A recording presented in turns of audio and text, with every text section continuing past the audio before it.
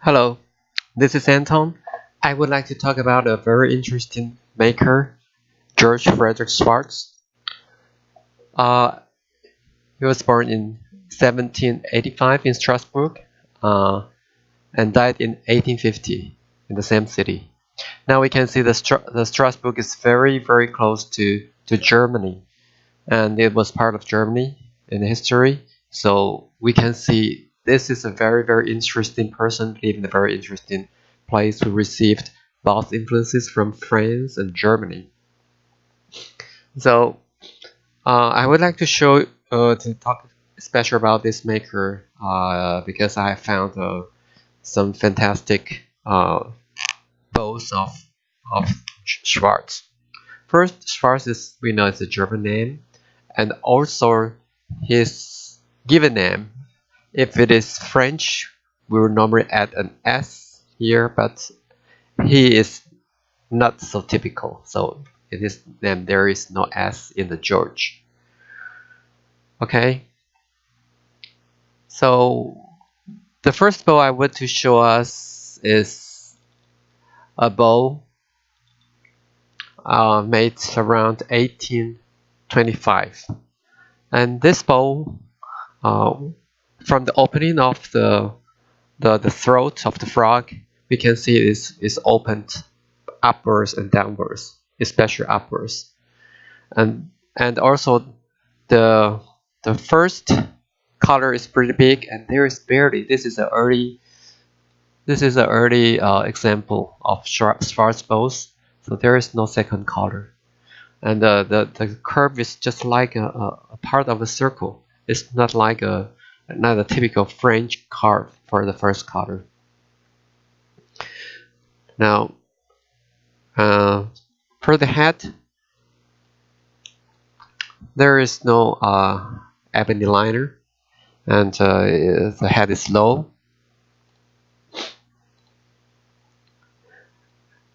And for the frog, we can see the ferrule. The ferrule, the width is a little bit narrow than the ebony part.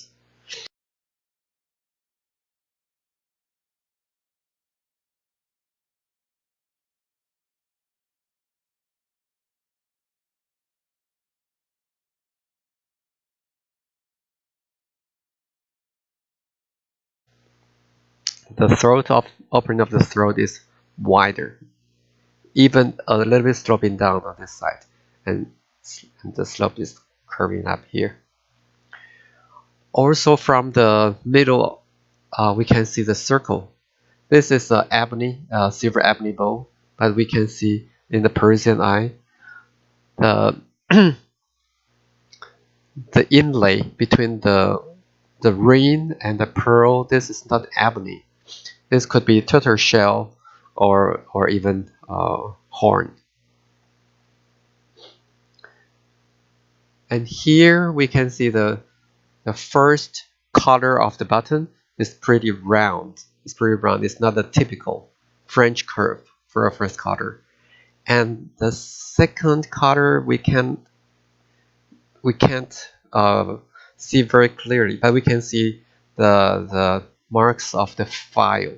It seems like it wants to file the second color to seem to it has a second color when it was filing the octagon, and so there's a little bit file too much, so we can see a crack here. Oh, we can see that the direction of the file is not straight. It's not straight. So he's using a narrow file to do this.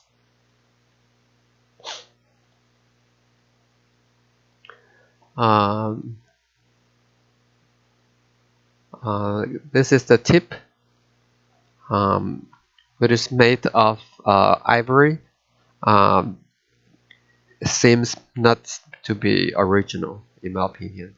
You can see a little bit modified here.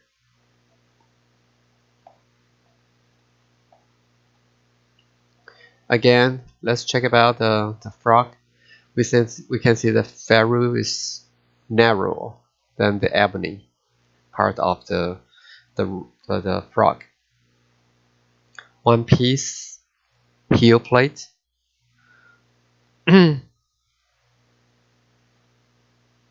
As you can see here, this one piece, and this time fixed by 2 pins. And here is a is not always through for the large heel plate. We can see many boats of this period in the early 17th century. We can see file marks here.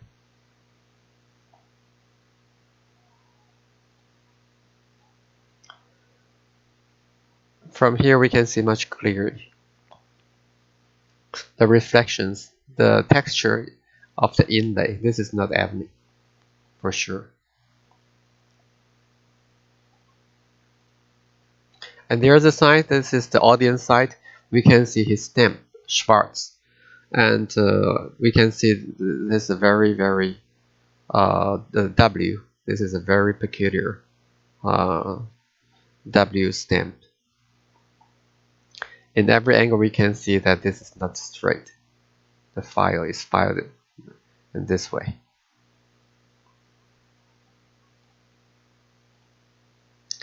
Now it's maybe a little bit later than 1830 because it has underside already. We can see the pins. The first pin is here. First pin is here. It's pretty far forward. Second pin is here. The eyelet is the length here and here is about the same. A little bit sharp thread with width, pretty wide width. And we can see here, we can see the diameter of the screw is much smaller here. So it was filed to fix it.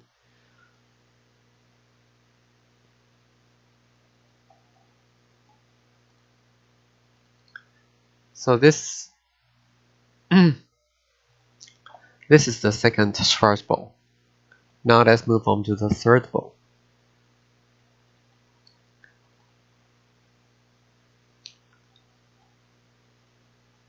As we can see, the shape of the throat is sloping down in this way. Very typical Schwarz style.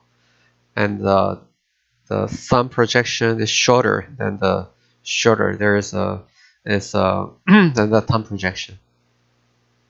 This is a gold ebony Schwarz. It is also featured in the Milan book, the first volume, page 330. And as this is even this is a gold bowl, it has a silver underslide. And the ring is pretty wide. And also inside, I mean the inlay between the circle and the pearl this is not ebony. And here we can see again. This is a pretty round and a prominent first cutter with the second cutter. The second cutter seems to be accentuated by the file. You can see file marks here. And this is far too much. And the stamp here is very clear. Very good preserved bowl.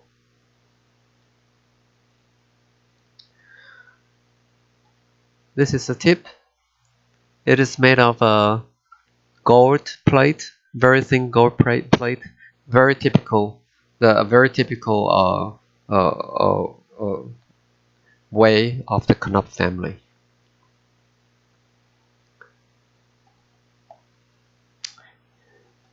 This is right angle, and it's made of very thin plate of gold. This is finished with fine file. The lower part of the chamfer is a little bit wider than the throat.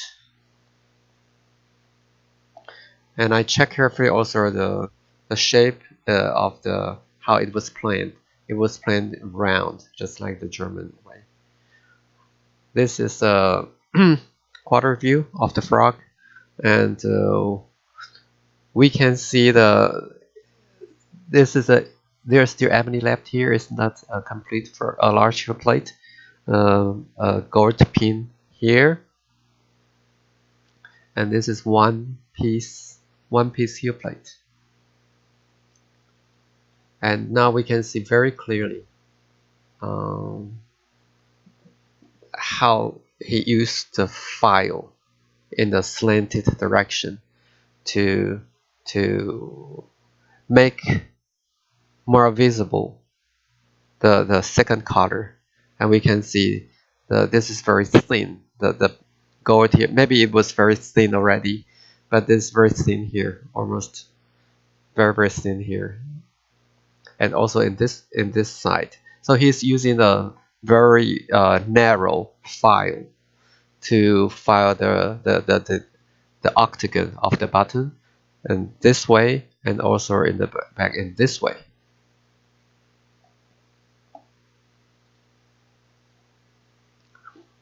This is a gold tip. From here we can see very much more elegant. The inlay could be tortoise shell or even horn. And here it's very thin, close to the ebony core. Fortunately, the stamp is very clear in this bowl. This is very well preserved bowl.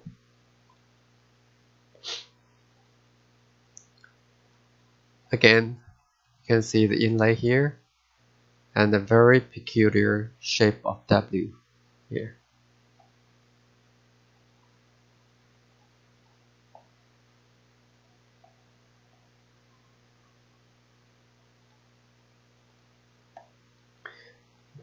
This bowl is dedicated to Jacques Dupont, and we can see the ferrule is very ill fitted to here, because we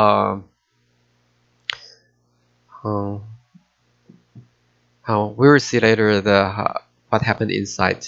We will explain. Because he used different widths or thickness on the hair side and the front side and the back side of the ferrule, and this is smaller. The metal part is narrower than the wooden part. Again, we can see this is a silver underslide, and the first pin is pretty in the front. Second pin is here. Again, the thread is very wide. We can see the thread is not very sharp, and this is an original eyelet. It's about equal length, width, and here it files to a very small one. At first, I thought it was very small inside too, but I will show you later. Maybe it's not what. It's very interesting. It is enlarged in this side again. So the second color, we can see this side is filed. This side all filed, and the shape is like this, sloping down and sloping up again.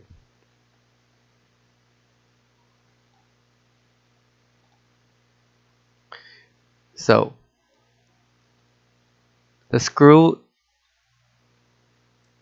is decreased, it is filed in this way, but when it's entering the ebony core, it enlarges again.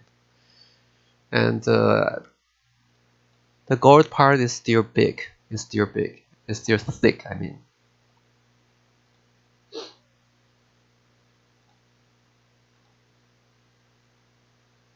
Okay. This is the same view as here.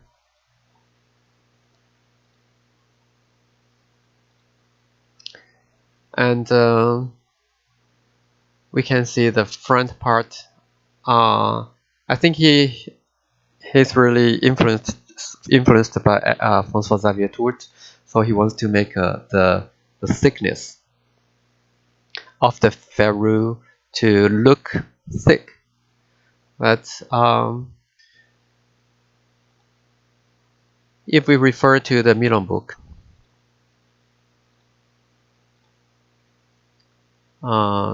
this is the same bowl. This is the same bowl. This is the Milan book.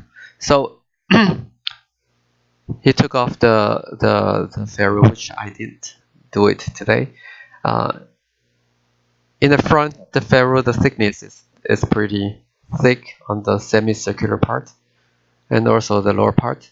But if we watch from the back, it's a vertical elevation.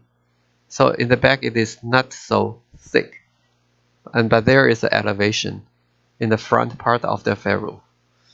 So this is something. So the thickness looks much thicker from the front than from behind. So this is very, very interesting. So that is why it was not easy to rehair. So it cannot be pushed down to the backwards.